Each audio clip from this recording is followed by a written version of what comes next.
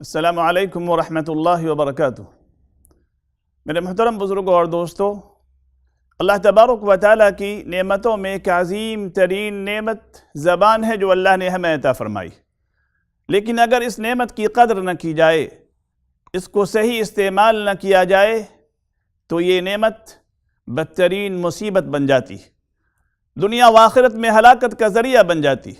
زبان کی بے احتیاطی کی وجہ سے جھگڑے اور فسادات ہوتے ہیں، اور بڑے بڑے گناہ، غیبت، چغل خوری، بہتان تراشی، جھوٹی گواہی، یہ سب زبان کی بے احتیاطی کی وجہ سے ہوتا ہے، جو انسان کے لیے آخرت میں ہلاکت کا ذریعہ ہے، عذاب کا ذریعہ ہے۔ اس لیے اللہ کے رسول صلی اللہ علیہ وسلم نے زبان کے استعمال میں انتہائی احتیاط برتنے کے لیے کہا۔ اللہ کے رسول صلی اللہ علیہ وسلم نے فرمایا کہ بہت سارے لوگ جہنم میں اپنی زبان کی بے احتیاطی سے جائیں گے۔ دوسری حدیث میں اللہ کے رسول صلی اللہ علیہ وسلم نے فرمایا کہ جو مجھے دو چیز کی ضمانت دے، گارنٹی دے، میں اس کے لیے جنت کی گارنٹی دیتا ہوں۔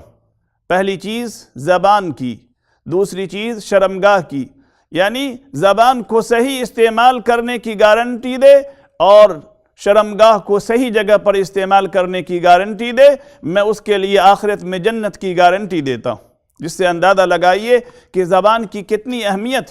آپ اندازہ لگائیں کہ ایک کلمہ کی وجہ سے جو زبان سے نکلتا ہے، لا الہ الا اللہ محمد رسول اللہ، ایک کافر ہے، جہنم کا مستحق تھا، یہ کلمہ پڑھا تو مومن ہو جاتا ہے، جنت کا مستحق ہو جاتا ہے۔ لیکن اگر یہی زبان سے بے احتیاطی سے ایک کلمہ نکل جائے، اللہ کے رسول نے فرمایا کہ ایک کلمہ کی وجہ سے ایک مومن جہنم کے گڑھے میں اتنی گہرائی میں پہنچا دیا جاتا ہے جتنا مشرق اور مغرب کے درمیان دوری۔ اس لیے میرے بھائیوں، زبان کے استعمال کرنے میں احتیاط کریں اور اس نعمت کو صحیح جگہ استعمال کریں۔